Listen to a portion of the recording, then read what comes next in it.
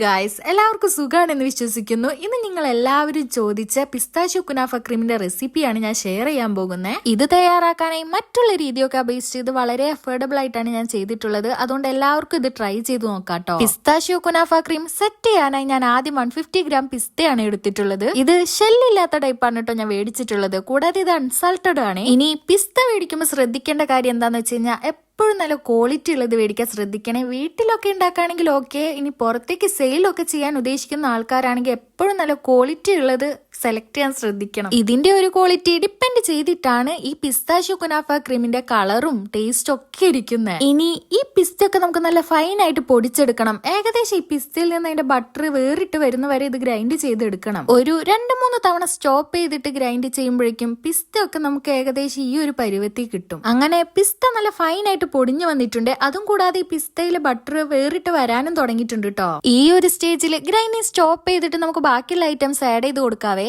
ഇനി ഇതിലേക്ക് milk powder ആണ് ഞാൻ ആഡ് ചെയ്ത് കൊടുക്കുന്നത്. ഞാൻ ഇവിടെ 10 രൂപയുടെ സാക്ഷിയാണ് എടുത്തിട്ടുള്ളത്. ടേബിൾ സ്പൂൺ കണക്കാണെങ്കിൽ 2 ടേബിൾ സ്പൂൺ ആഡ് ചെയ്ത് കൊടുത്താൽ മതി കേട്ടോ. ഇത് ഫസ്റ്റ് ടൈം ഞാൻ ചെയ്തിരുന്നപ്പോൾ മിൽക്ക് പൗഡറിന് പകരം ഫ്രഷ് ക്രീമും മിത്തായി മീറ്റും ആണ് ഞാൻ ആഡ് ചെയ്തിരുന്നത്. അപ്പോ മിത്തായി മീറ്റിന്റെ ഫ്രഷ് ക്രീമിന്റെ ടേസ്റ്റ് ആണ് മുന്നിട്ട് നിന്നിരുന്നത്. ഇതിൽ പിസ്ത ആഡ് ചെയ്ത പോലെ എനിക്ക് തോന്നിയിരുന്നില്ല കേട്ടോ. എന്നാൽ മിൽക്ക് പൗഡർ ആഡ് ചെയ്തതിന് ശേഷം എനിക്ക് അതിന്റെ കറക്റ്റ് ടേസ്റ്റ് കിട്ടിയേ. മിൽക്ക് പൗഡർ ആഡ് ചെയ്തതിന് ശേഷം ഞാൻ ഇതിലേക്ക് 3 ടേബിൾ സ്പൂൺ സൺഫ്ലവർ ഓയിൽ ആണ് ആഡ് ചെയ്ത് കൊടുക്കുന്നത്. ആദ്യമൊക്കെ ഒലിവ് ഓയിൽ വെച്ചിട്ടാണ് ഞാൻ ചെയ്തിരുന്നത്. അതിന്റെ ടേസ്റ്റ് എനിക്ക് അത്ര ബെറ്റർ ആയിട്ട് തോന്നിയില്ല.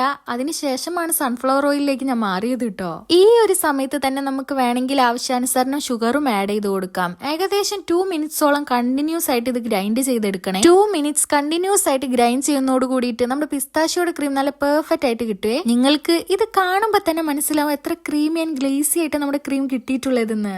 ഇനി ഈ ക്രീം മാറ്റി വെച്ച് നമുക്ക് ഇതിലേക്ക് വേണ്ട കുനാഫ റോസ്റ്റ് ചെയ്തെടുക്കണം. കുനാഫ ഡോ റോസ്റ്റ് ചെയ്തെടുക്കാനായി ഞാൻ ഇതിലേക്ക് 15 ഗ്രാം ബട്ടർ ആണ് കേട്ടോ ആഡ് ചെയ്ത് കൊടുക്കുന്നത്. ഞാൻ ഇവിടെ അൺസാൾട്ടഡ് ബട്ടർ ആണ് എടുത്തിട്ടുള്ളത്. ബട്ടർ ഒക്കെ മെൽറ്റ് ആയി വരുമ്പോഴേക്കും നമുക്ക് ഇതിലേക്ക് നല്ല ചെറുതാക്കി ചോപ്പ് ചെയ്ത കുനാഫ ഡോ ആണ് ആഡ് ചെയ്ത് കൊടുക്കുന്നത്. കുനാഫ ഡോ നല്ല ഫൈൻ ആയിട്ട് ചോപ്പ് ചെയ്തെടുക്കാൻ ശ്രദ്ധിക്കണേ. അവിടെ ഇവിടെയൊക്കെ കട്ട പിടിച്ചിരുന്നു കഴിഞ്ഞാൽ ഇത് കറക്റ്റ് ആയിട്ട് നമുക്ക് ക്രിസ്പി ആയിട്ട് കിട്ടില്ല കേട്ടോ. പിസ്താഷ്യോ കുനാഫ ചോക്ലേറ്റ് മേക്കിംഗ് വീഡിയോയുടെ താഴെ കുറച്ച് പേര് ചോദിച്ചിട്ടുണ്ടായി കുനാഫ ഡോ കറക്റ്റ് ആയിട്ട് കിട്ടുന്നില്ല, ക്രിസ്പി ആയിട്ട് കിട്ടുന്നില്ല എന്നൊക്കെ. നമ്മൾ കുനാഫ ഡോ റോസ്റ്റ് ചെയ്യാൻ എടുക്കുന്നതിന് മുന്നേ തന്നെ നമ്മൾ ഫ്രിഡ്ജിൽ നിന്ന് ഏകദേശം 1/2 മണിക്കൂർ മുൻപെങ്കിലും നമ്മൾ ഇത് പുറത്തേക്ക് എടുത്ത് വെക്കണം കേട്ടോ. ഇതൊന്നും കൂടാതെ കുനാഫ ഡോ ഈ ഒരു പരുവാവുന്ന വരെ നമ്മൾ റോസ്റ്റ് ചെയ്തെടുക്കാൻ ശ്രദ്ധിക്കണം. മെയിൻ ആയിട്ട് ഈ 2 കാര്യങ്ങൾ ശ്രദ്ധിച്ചു കഴിഞ്ഞാൽ പിസ്താഷ്യോയുടെ ക്രീമിൽ ഇട്ടാൽ ഈ കുനാഫ ഡോ അങ്ങനെയൊന്നും കുതിർന്നു പോകില്ല കേട്ടോ. ഇനി റോസ്റ്റ് ചെയ്ത് വെച്ചിരിക്കുന്ന കുനാഫ ഡോ ചൂടാറാനൊന്നും നിൽക്കാതെ തന്നെ നമുക്കിത് പിസ്താഷ്യോ ക്രീമിലേക്ക് ആഡ് ചെയ്ത് കൊടുക്കാവേ. ഇത് രണ്ടും ഫൈൻ ആയിട്ട് മിക്സ് ചെയ്യുന്നതോട് കൂടിയിട്ട് സംഭവം സെറ്റായി. നോക്കിയേ എത്ര മാത്രം പെർഫെക്റ്റ് ആയിട്ടാണ് നമുക്ക് ഈ പിസ്താഷ്യോ കുനാഫ ക്രീം കിട്ടിയിട്ടുള്ളതെന്ന്. ഇതിലിപ്പോ